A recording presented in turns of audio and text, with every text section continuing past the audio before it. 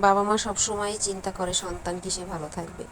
নিজেদের পছন্দ অপছন্দের কথা না চিন্তা করে নিজেদের শখের জিনিস না কিনে বাচ্চাদের শখের জিনিস কিনে দেয়। একটা খাবার যেটা বাচ্চারা পছন্দ করে বাসায় সব সময় দেখবেন সেই জিনিসটাই বানানো হয়। কোথাও একটা বাচ্চাদের পছন্দের জায়গা থাকলে সেখানেই বারবার যাওয়া হয়, অথচ নিজেদের কোনো পছন্দ আছে নাকি সেটাই মনে থাকে না যে আমারও তো এরকম একটা পছন্দ ছিল কখনো। একটা ফল যেটা বাচ্চারা পছন্দ করে সেটা নিজেদের খেতেও ইচ্ছা করে না, যে না থাক বাচ্চা এটা পরে খাবে। আসলে বাবা মা এরকমই হয়। আমরা যখন ছোট ছিলাম আমাদের সাথে আমাদের বাবা মা ঠিক এমনটাই করতো। এখন নিজেরা বাবা মা হওয়ার পরে বুঝি যে বাবা মা আমাদের জন্য কত স্যাক্রিফাইস করতো।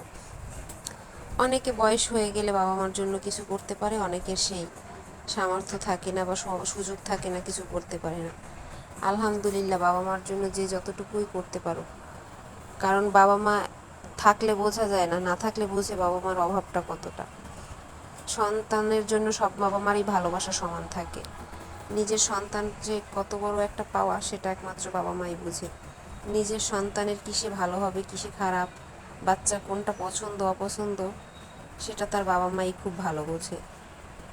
আগে অবশ্য চিন্তা করতাম বাবা মা এত বকাবকি করে, এটা বলে ওটা বলে। এখন নিজেদের সন্তান হওয়ার পরে বুঝি বাবা মা কখনোই খারাপের জন্য কিছু বলে না, সবসময় তারা আমাদের ভালোটাই চিন্তা করে। বাবা মা আসলেই ছোটবেলা থেকে সন্তান মানুষ করার পিছনে অনেক কষ্ট করে। একটা ভালো পরিপূর্ণ মানুষ তৈরি করার জন্য অনেক পরিশ্রমের দরকার হয়, যেটা এখন নিজেরা বাবা মা হওয়ার পরে বুঝি।